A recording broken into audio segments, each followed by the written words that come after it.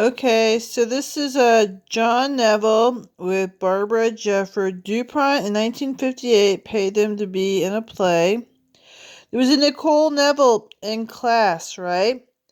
They were paid to be in a play with Barbara Jefford, right? They're celebrities in a play, right? Play of the week.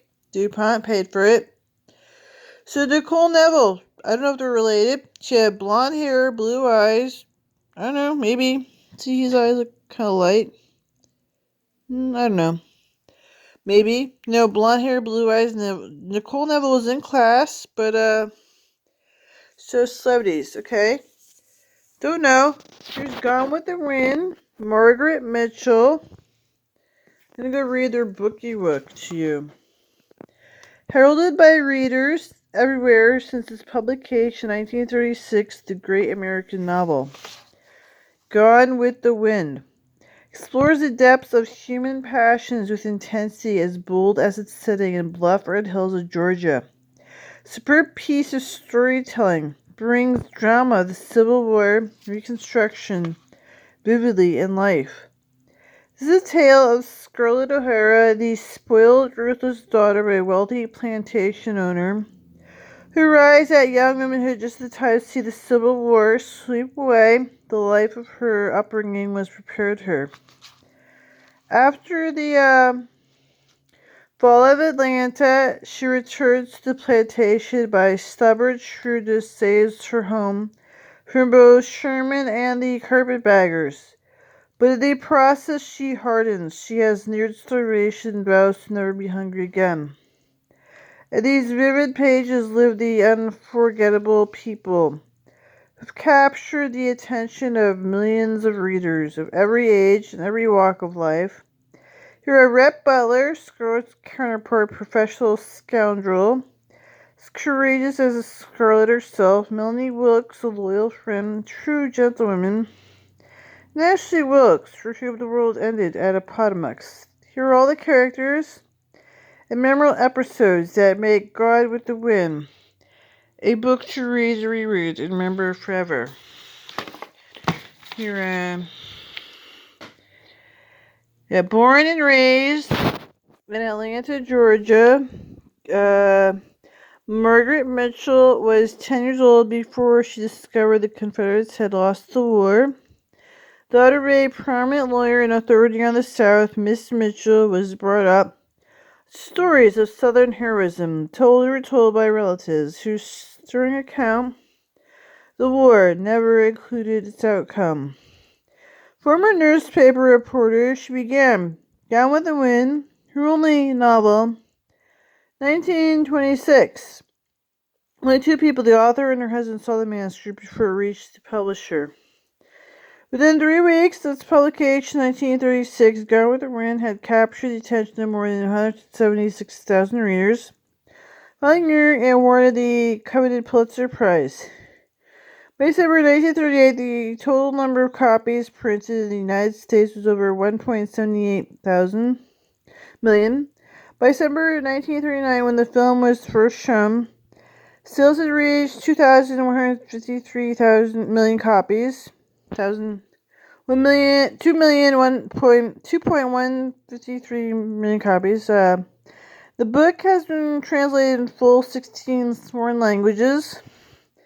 Today, nearly 40 years later, this powerful novel is available in 31 different countries. It appears to be both Braille and talking books forms for the blind. It can still be read. There was never such a book as Gone with the Wind.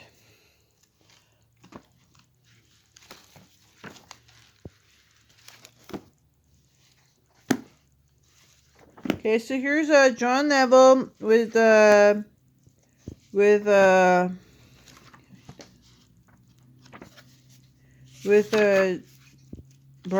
Jeffers, right? Here's Gone with the Wind, where I'm supposed to write about what happened, right, with Gone with the Wind. Right, as a journalist, I'm supposed to, right, but I didn't actually get to. I didn't get to write my Gone with the Wind. Why? I didn't actually get to. Why? Chapter 1.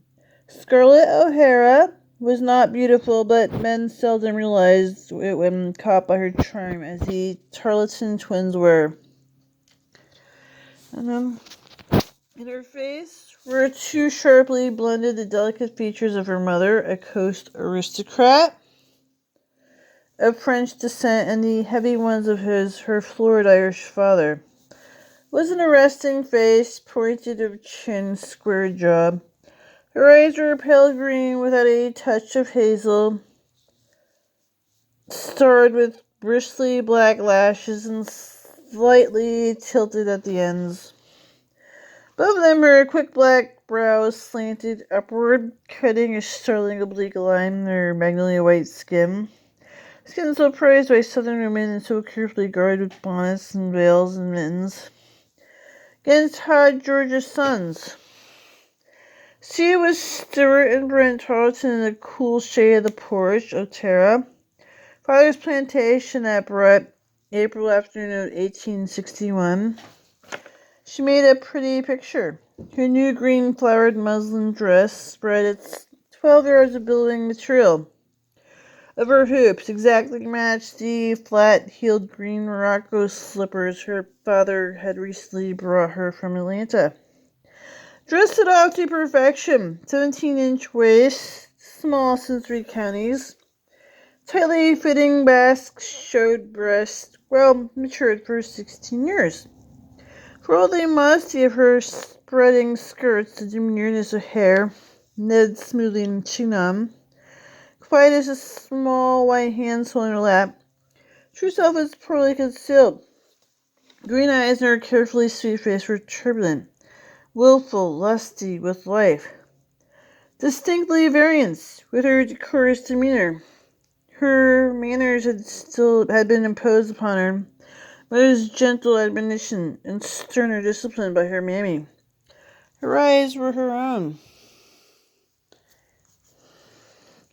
On either side of her, the twins lounged easily in their chairs, squinting at the sunlight through tall mint-garnished glasses. As they laughed and talked about their long legs, booted to the knee, thick with saddle muscles, crossed negligently. 19 years old, 6 feet 2 inches tall, long of bone and hard of muscle, sunburned faces and deep auburn hair. Their eyes merry and arrogant, their bodies clothed identical blue coats. Mustard-colored breeches, they were as much alike. 2 balls of cotton. Outside, the late afternoon sun slanted down the yard, throwing into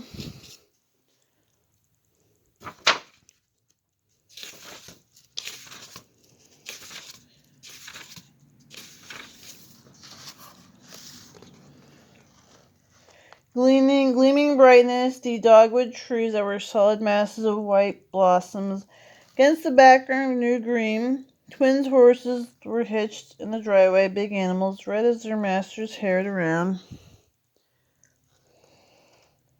Horses' legs curled the back of lean, nervous possum hounds, accompanied Stewart and Brent wherever they went. Little Loop, as became a nursed cat, lay a black spotted carriage dog, muzzle on paws, patiently waiting for the boys to go supper. Between the hounds and the horses and the twins there was a kinship deeper than their constant companionship. They're all healthy, thoughtless young animals, sleek, graceful, high-spirited. The boys were mettlesome as the horses they rode, mettlesome and dangerous, but withal sweet-tempered to those who knew how to handle them. Though born to the ease of plantation life, waited on hand and foot since infancy, faces of the 3 on the porch were neither slack nor soft. They were vigor and alertness of country people who had spent all their lives. The open troubled their head very little with dull things in books. Life in North Georgia County Clay was still new and, according to the standards of Augusta, Savannah, and Charleston, a little crude. The more sedate and older sections of South looked down on their noses on the up-country Georgians. But here in the North Georgia, a lack of the niceties of classical education carried no shame, for the man was smart in the things that mattered. raising good cotton, riding well, shooting straight, dancing lightly, scoring the ladies with elegance, and carrying one's liquor like a gentleman were things that mattered. In those accomplishments, the twins excelled, and they were equally outstanding in the notorious inability to learn anything contained between the covers of books. The family had more money, more horses, more slaves than anyone else in the county, but the boys had less grammar than most of their poor cracker neighbors. So I could read this book to you, right? Neville, there's a Nicole Neville, which should be in a play, right? She had fluffy blonde hair, blue eyes, could have been relatives, not sure. So John Neville, right?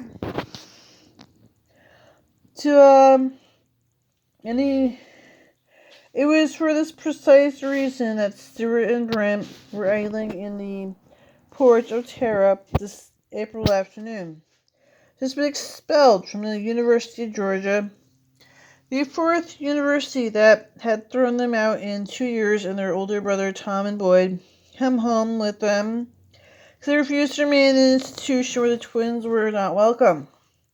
Stuart and Brent considered their latest expulsion a fine joke, and Scarlett, who had not willingly opened a book since leaving the Fayetteville Female Academy the year before, thought it just amusingly as they did.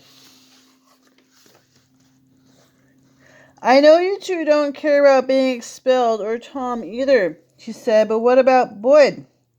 He's kind of set on getting an education. You two really pulled him out of the University of Georgia and Alabama and South Carolina and Georgia. He'll never get finished at this rate. Oh, we can read law to Judge Parmley's office over in Fayetteville, answered Brent carelessly. Besides, it don't matter much. You have to come home before terms. Anyway, why? The war, Goose. The war is going to start any day, and you don't suppose any of us would stay in college with the war going on, do you? So they'd be in, this story, right? Be in the story. 2 million tax increases, right? Pick me. Sayer. Yeah, they were going to have they really want to start a civil war right now. Pictured Jersey American Pickers. Owego, Rusty Rail Food Drive brings in thousands of items for local pantry. New York issues first license for illegal pot dispensary. Epiphany School hosts Thanksgiving lunch. American Pickers on the History Channel. They want a civil war.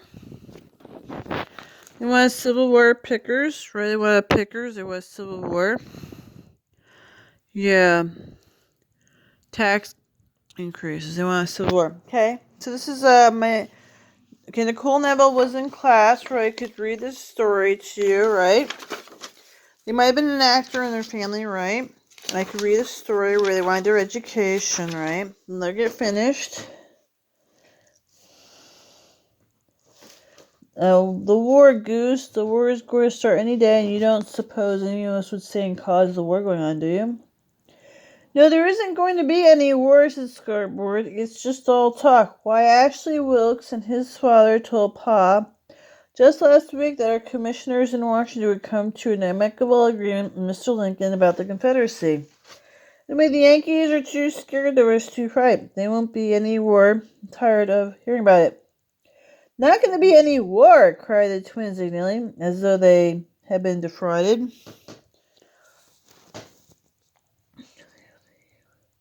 They really wanted a war. Why, honey, of course there's going to be a war, said Stuart. Yankees may be scared of us, but after the way General Beauregard shelled them out of Fort Sumter day before yesterday, they'll have to fight or strand cowards before the whole world. Why the Confederacy? Scarlett made a mouth of bored impatience. You say war just once more. Go in the house and shut the door. Never gotten so tired of any war in my life as war, unless it's a secession. Pa talks about war morning, noon, and night, and all about gentlemen who come to see him about the Fort Sumter. States' rights and Abe Lincoln till I get so bored. I could scream. It's all the boys talk about, too, that they got their old troop. Yeah, I can read your book. That's all they want is to start a civil war, kill people. Yeah, they really want one. They blame me that I can read your book. They really want a civil war. They really want a civil war.